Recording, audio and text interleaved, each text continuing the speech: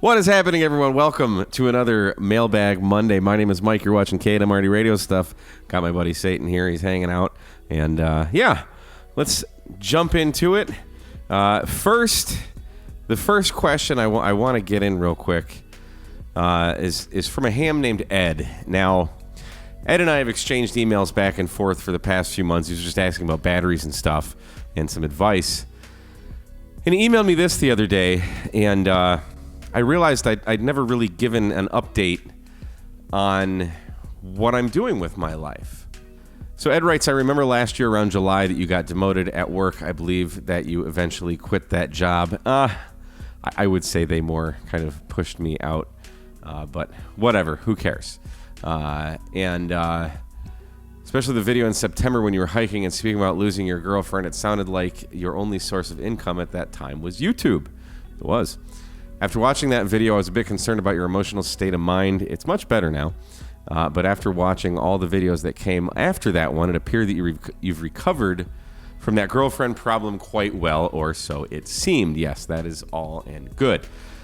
It appeared that you're back to your normal, happy self again, and I was glad to see that. Just wondered if you found a new job, or are you managing off of YouTube income? So Ed, thank you so much for reaching out. And I've actually responded to Ed in a separate email, but I thought I'd tell the rest of the world because I never really... Satan's climbing up on everything now. I never really followed up with that video that I posted. So, yes, my life... I've never been happier in my life, and losing that job was the best thing that's ever happened to me. I was working... I'll say it now because I don't care. I was working for a company called The Tile Shop. I've been with them since April of 2003. I've moved all over the country with them, lived in many states, run many stores for them, and made a lot of money for them, made a lot of money for myself. It was great. But it was actually quite a toxic company to work for.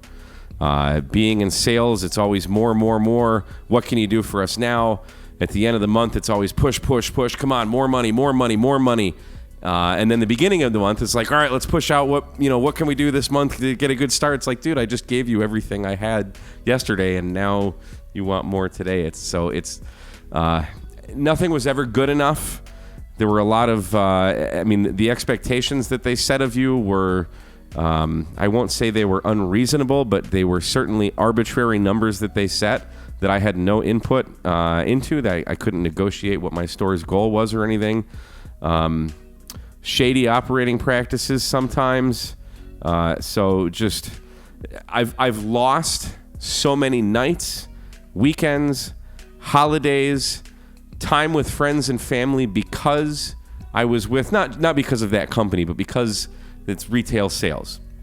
And I don't wish it upon anyone. I do think that everyone in the world should work in some form of customer service in their life, so you can kind of appreciate what those people have to go through. But working in that job made me a very cynical bastard. It really did. I absolutely hated people a lot, a whole lot. I never showed it on camera. This channel is my outlet. But when COVID hit, I'm not kidding, I really was praying and hoping that it would kill most of the people in the world. That's how cynical I was, and that's what working in retail does to you. Even restaurants. I've worked in restaurants many years too when I was younger. So now I am working YouTube full time. I'm not getting rich off it, but I'm making enough through the YouTube revenue. The patrons, God bless you, thank you. You're a big chunk of my income now. Any of the affiliate links, if you look in the description of any of the videos, there's affiliate links from Gigaparts, Amazon, Radioddity, all over the place. And anytime you buy something from one of those links, it doesn't cost you an extra dime. It costs you nothing.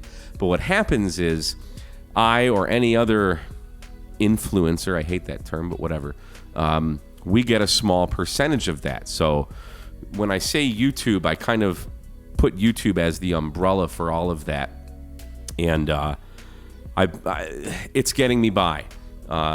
Because of ham radio, I now have had the opportunity to travel a little bit and do some side jobs for a friend and make some money. So that's helped sustain me. And basically, I'm at the point where if I can do like one of those side jobs a month, plus all of the money that I make from YouTube and Amazon, all the affiliates and stuff, I'll be making about half what I was making before. And that's enough to be pretty comfortable. I don't owe anybody anything. I have zero debt. So that's great. I mean, obviously, I always want more money, but that's kind of where I'm at. So now, after I lost my job in July, I can't believe it's already been that long. I'm not as cynical. I smile a lot more. Not just on camera, but off camera. And that's something that I've really noticed.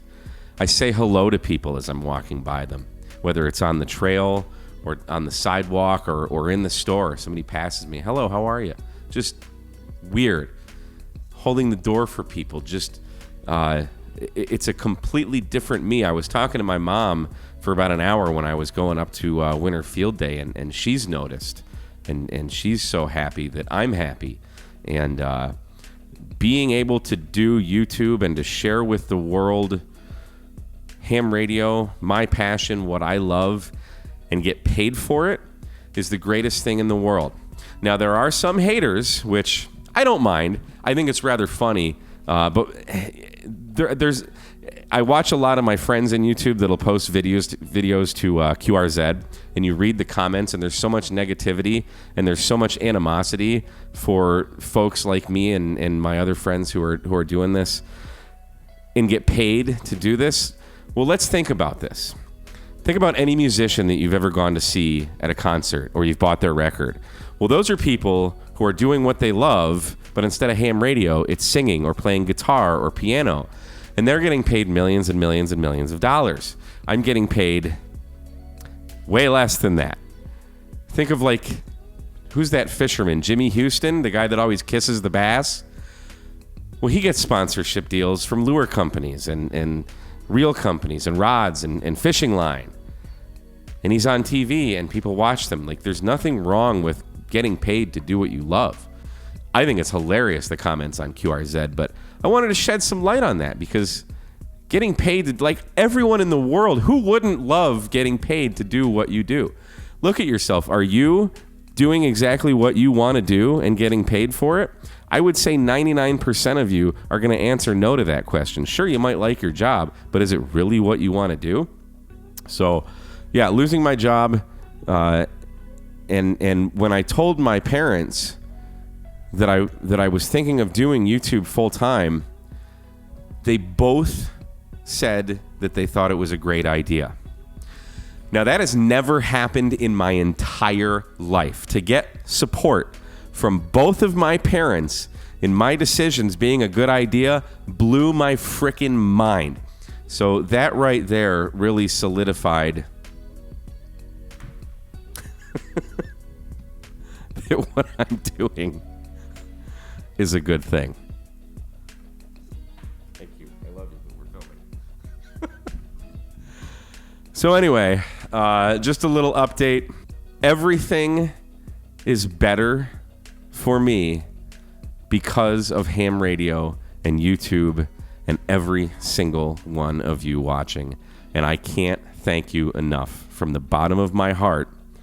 It is the most humbling thing just having all of you here commenting, the support. Most of the comments are positive, even every now and again they're negative, but you can't please all the people all the time, and that's okay. We're all very passionate about what we do. Hi again. And Satan's very passionate about being on camera. So anyway, I'm rambling. Let's get to the next question. So our next question has to do with VHF and UHF mobile radios. So this individual writes, "Hi, Mike. I hope you're doing well. Want to get your opinion on something. He's been in Skywarn and storm spotting and went through the training. He's normally mobile anyway and has an HT with a mag mount, but he's looking for something more permanent. Right now he's a technician. There's nothing wrong with that. That's fantastic. You're better than most people in the world right now just with that technician license. Don't you forget that. And would like to know what VHF UHF mobile radios you could possibly recommend for a mobile install. To my knowledge, we don't use the UHF repeaters around here much, but I'd rather play it safe and get a radio that does UHF as well in case a situation occurs, and I would probably need it. Yes, it is better to have it and not need it than to need it and not have it.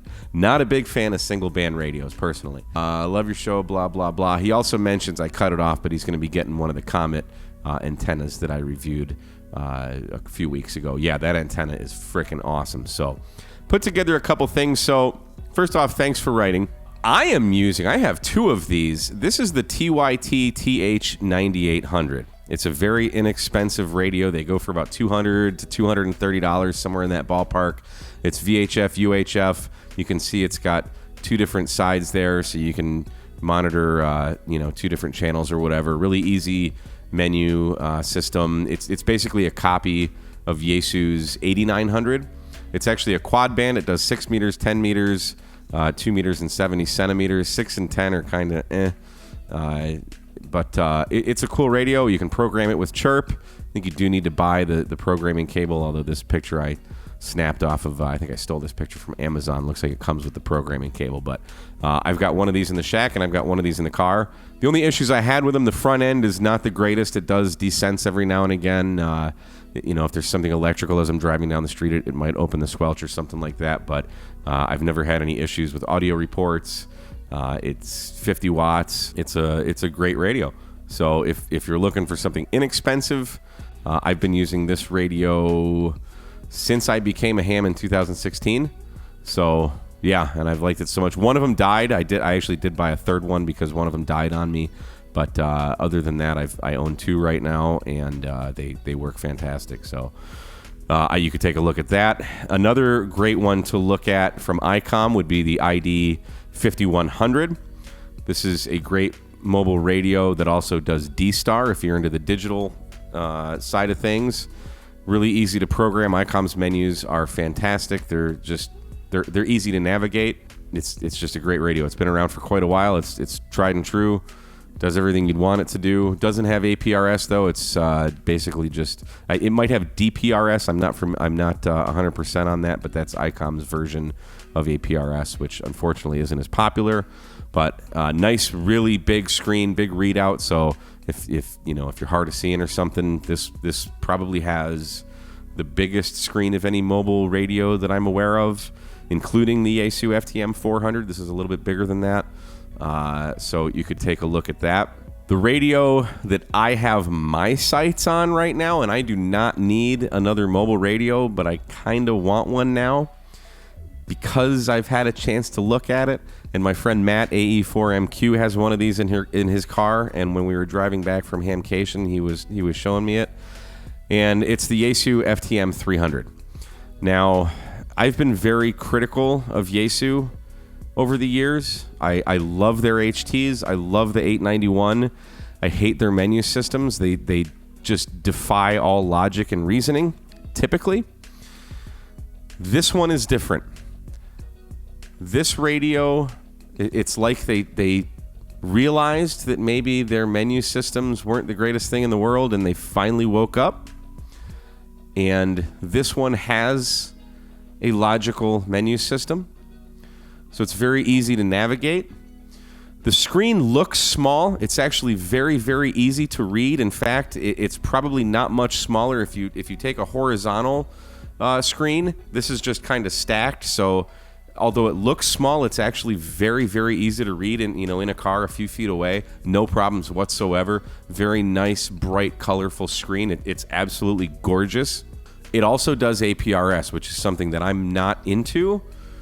But that's one of the main reasons that I want this radio, because it has all the functions. It's easy to navigate. Programming repeaters is easy. It's got GPS. It has like every feature you could ever possibly want in a radio. It's Yaesu, and the menus are great. I can't say that enough.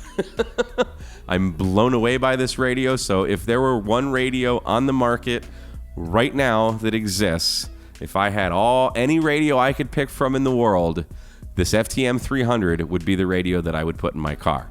The Icom 5100, I believe, is selling for, I wrote it down, $429.95. and this Yaesu is $459.95. Both of those are at Gigaparts. I'll leave links to Gigaparts below. The TYT you can pick up at Amazon. I'll leave an affiliate link for that as well. But that's what I would do personally. There is also Yaesu just came out with the FTM300, which is the same radio as this. I'm not quite as familiar, but I think they just got rid of the GPS and the APRS. So if all you want is just a 2 meter, 70 centimeter radio without the bells and whistles, you could probably save a couple bucks and get the 200. But this 300, especially if you're in Skywarn and storm spotting and stuff like that, the ability to have APRS and send messages and stuff like that, to me, this is a slam dunk. I really have been getting excited about this radio just recently. I mean, it came out months ago, and I didn't really pay much attention to it. But as I've started to think about upgrading my mobile VHF radio, this is the one that I've been drawn towards. So hopefully that answers that question. And lastly, we've got some questions about QRP Portable. Now, this is a really long question, so I'm going to try and answer it as quickly as possible. He's asking for my kind of list of my gotta-haves. He's in the process of getting into parks on the air, and looks like he's trying to get a park approved in Florida. So he's already got a KX2, and suitable portable antennas are in place.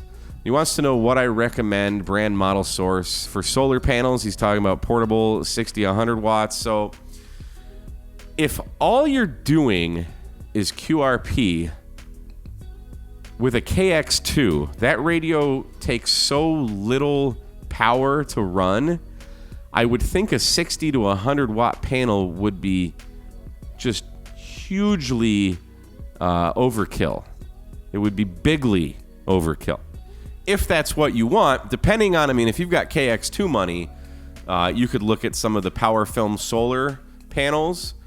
But for their 100, I think it's a 120 watt panel, I think you're about $1,400 just for the panel.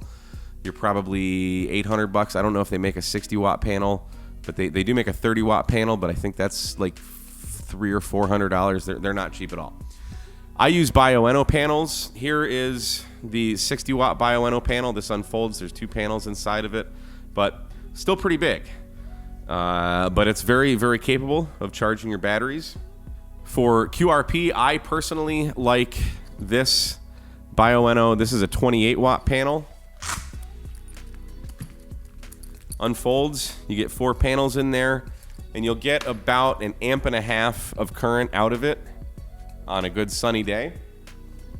So that's what I personally would use. Again, you could look at Power Film Solars if you're really trying to save weight and get their 30 watt panel. This, I think, is about $100. The Power Film is going to be, I think, at least a few $100. But as far as panels, that's what I wouldn't do a 60 to 100 watt panel if you're doing a KX2.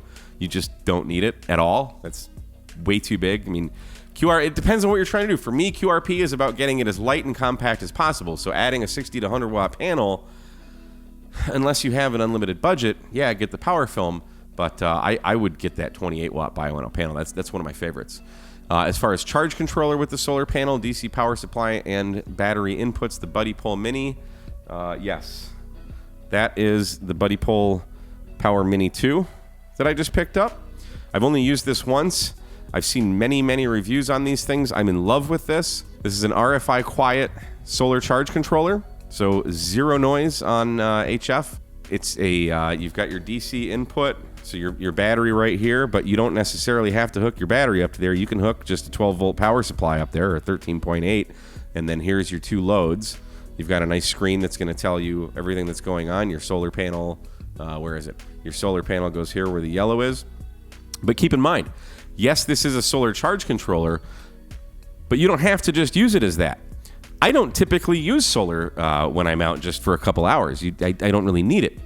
But I always bring an inline watt meter with me. This also functions as an inline watt meter. If I just plug in the battery here and my load here, never mind all the solar stuff, this screen is going to tell me how much current I've used and how much capacity I've used out of the battery.